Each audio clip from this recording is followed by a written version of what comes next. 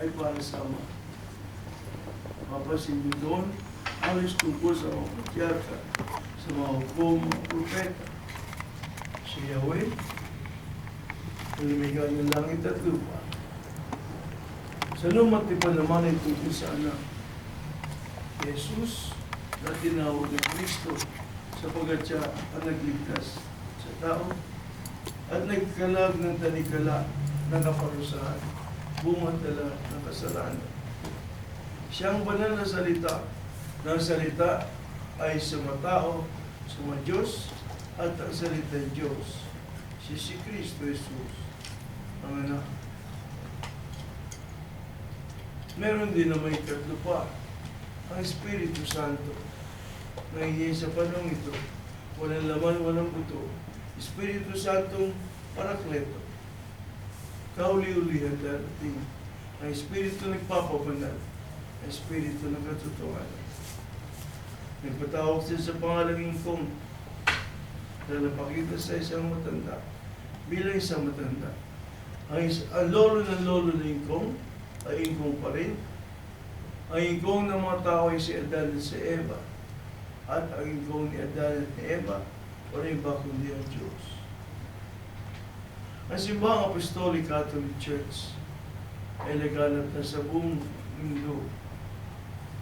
Mga nakarehistro ito at tinatanggap na rin ng mga konseho na iba't ibang simbahang Kristiyano sa Pilipinas, sa National Council of Churches in the Philippines, kung saan meron itong 10 mainline Christian churches ay sa ito ang Apostolic Catholic Church. Ito lang ang konseho ng mga simbahan na labas sa Romano na ginagalang ito na CBCP, na CI2I, maging sa mga sakramento, lalo sa sakramento ng binyag. Ang mga lumilipat na Romano sa isa man sa member simbahan ng NCCP, hindi na kinakalang binyagan pa.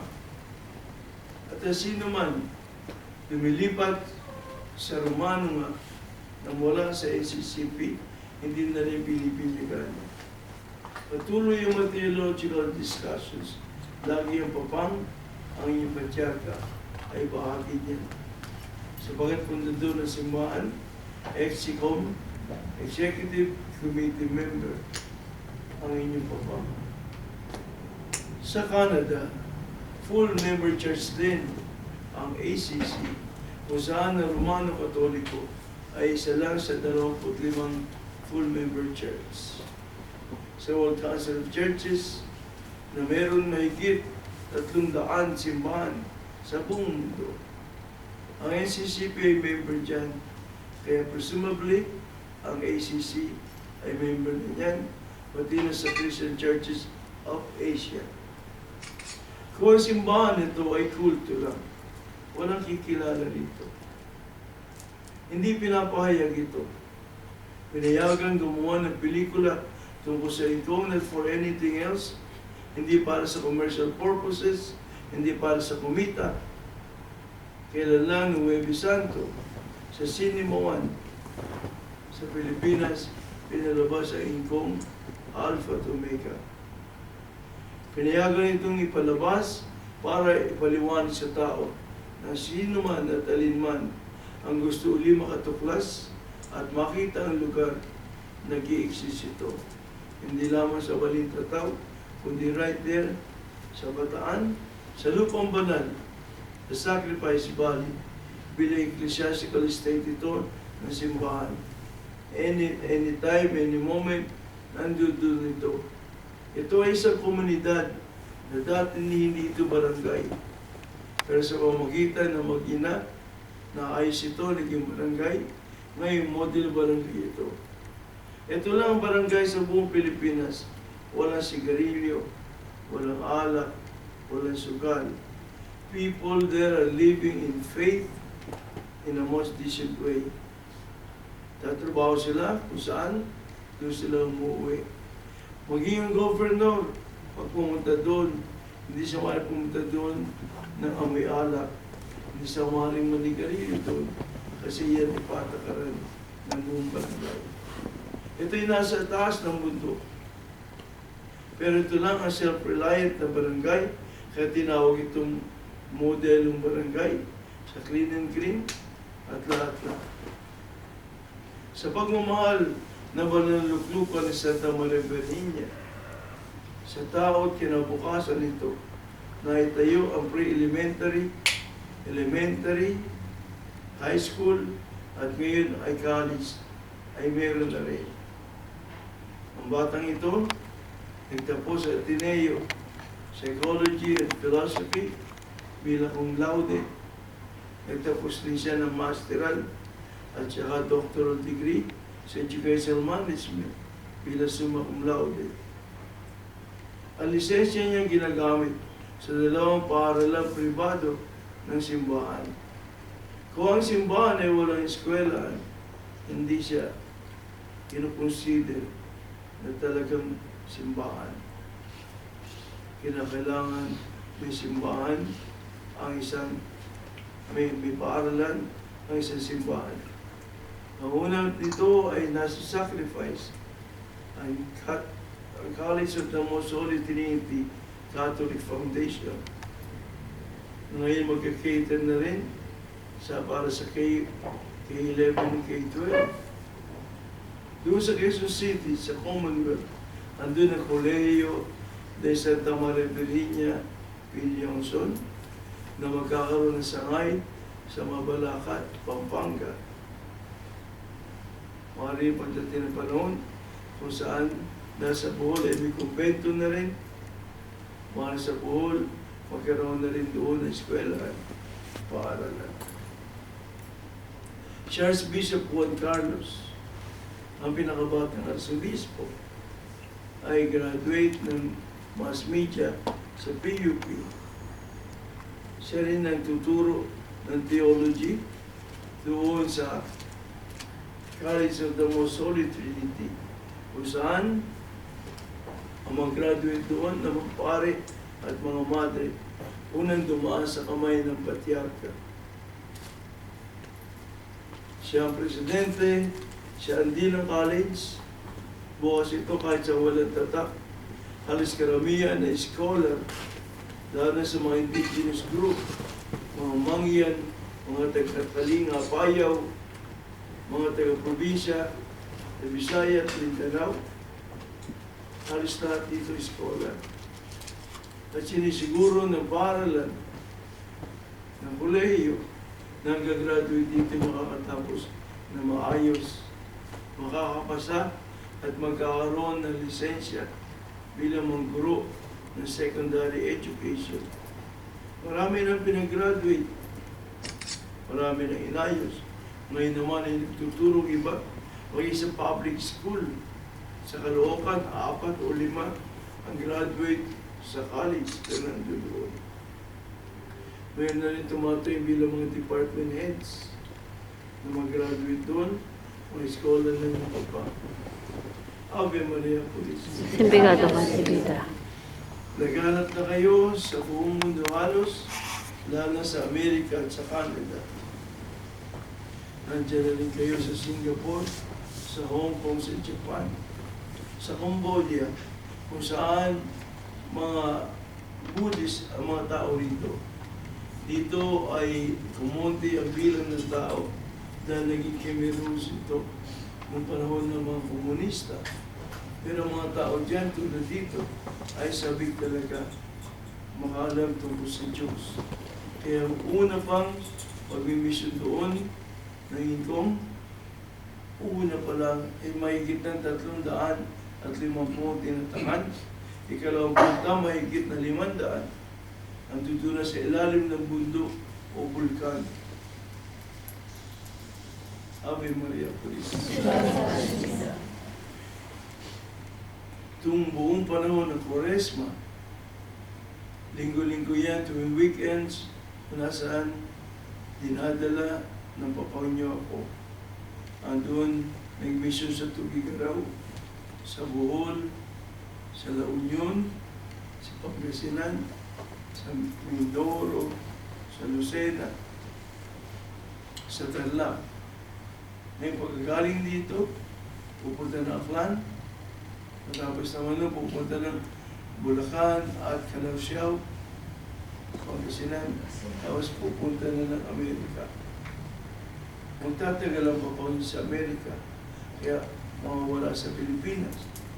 Doon ang kinakatakot ng mga tao roon. Kapag nandun doon ang papang, tulad ng buhay pa inyong mamang, pag nandun doon, kung may kalamitan man dumarating, naibsan kagad at walang tinatakan na napipinsala. Dahil nabibigyan sila ng warning, bago pa dumating, sasabi ka agad sa kanila. May magtatagal ang patriarka sa Amerika, kinakabahan sila dahil meron nga pasabi, baka magka-civil war. Ingat at dasal. Pilipino sa Pilipino magpapatayan.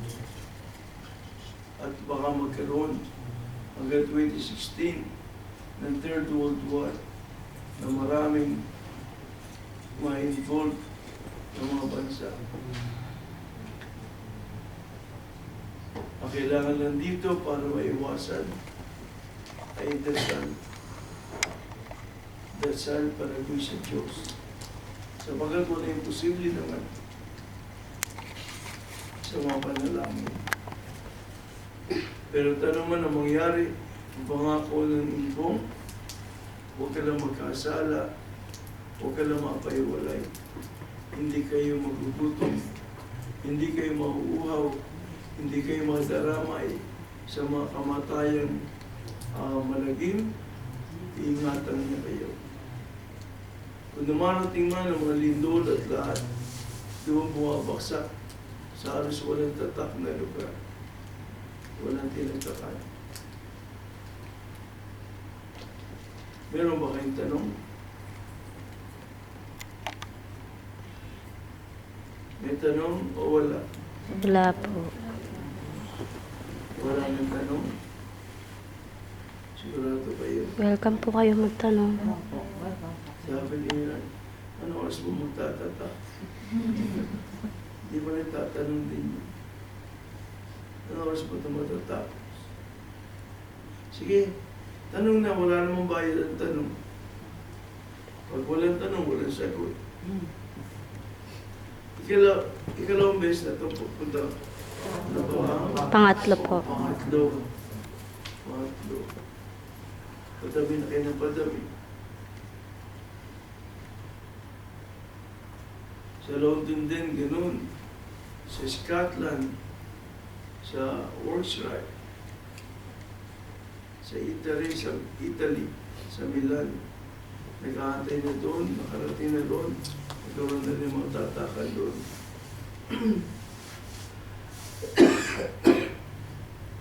Malikang doon ng tubig.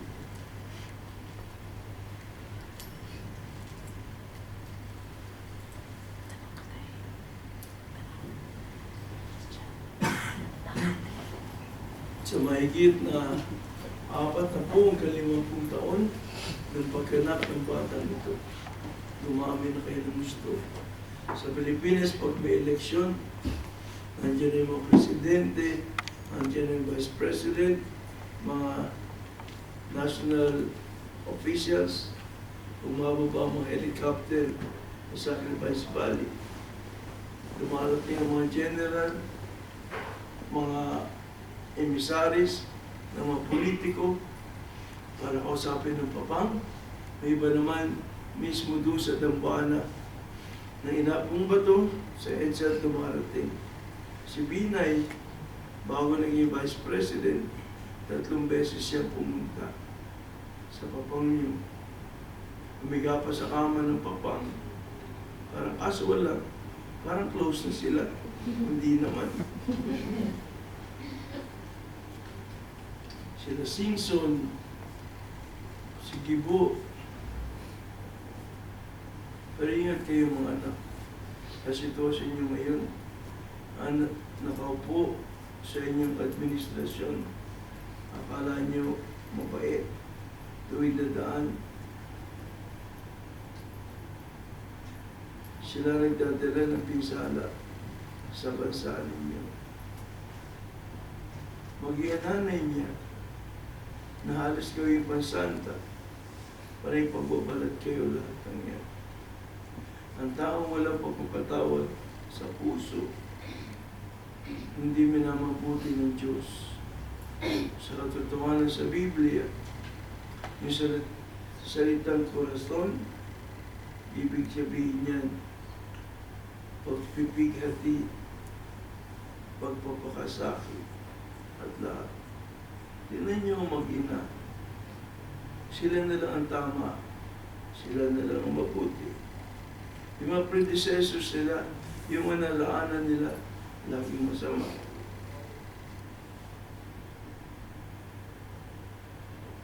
Ni Marcos, si Benigno Aquino, ang tatay ni Pinoy,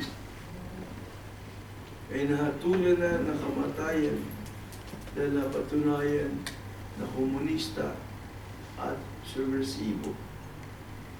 Pero nagkasakit, humingi ng tulong sa mag-asawa. Pinadala sa Amerika ay pilambunan siya. Binigyan ng pribadong aeroplano, pribadong doktor, gintong rosaryo. Makailan silang beses humingi ng tulong sa mag-asawa habang nandun sila sa Boston, Texas. Humingi sila ng mga pera. Pinadadala naman. Ano resulta? Namuno ng pagsira ng mga politiko laban kay Marcos. Lahat ng kaaway ni Marcos sa politika ay puntahan doon lang sa Amerika. Naglabi doon at lahat sa State Department.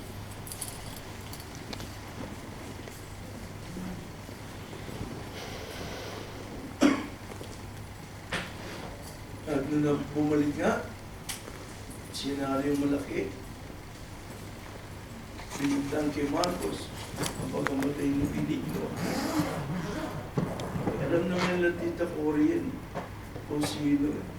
Sa mga komunista, kahit ikaw nang mumuno ng inyong kilusan, kung ang kamatayan mo ay magsiserve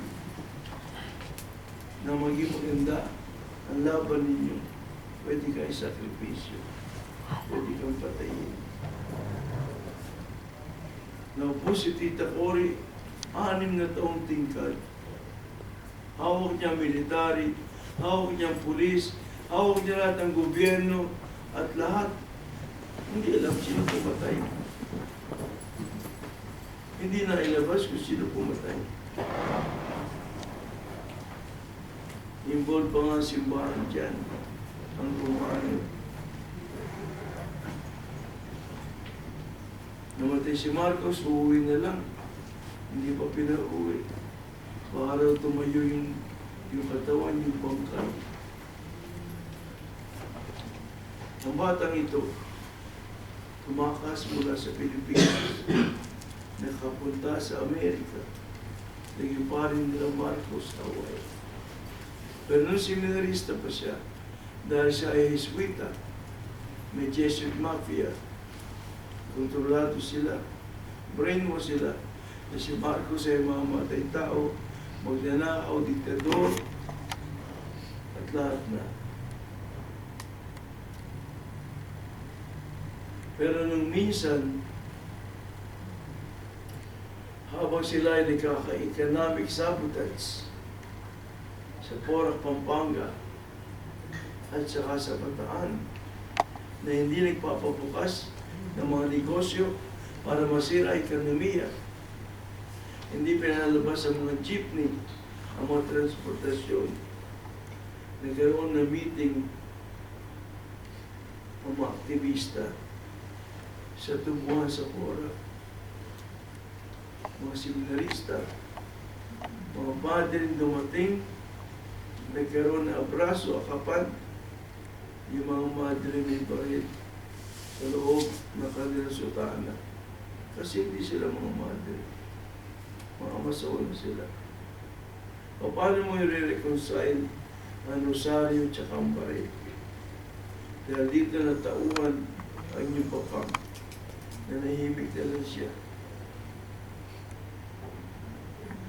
Sa totoo lang, idol niya si Ninoy, pero hindi si Cory. Kaya isa rin siya sa sumuporta sa ABC. Anybody but Cory. Si Cory, pati si Fidel Ramos, hawak mo Rosario. Puro Rosario, sa harapan ng television. Eh si Fidel Ramos, hindi naman Katoliko. Protestante yan. Methodista yan. Madam, I just want to tell you I'm not Catholic. I don't care. Di ba? Ano sasabihin ng ibang mga Pilipino alam ang religion ni Fidel? Nandoon sa Hawaii, pinatawag email na Marcos ni Ato Florencia ang papang. Alas 3 na madaling araw. Nilay ang papang papunta dun sa Makiti Heights. Pagdating ang daming tao,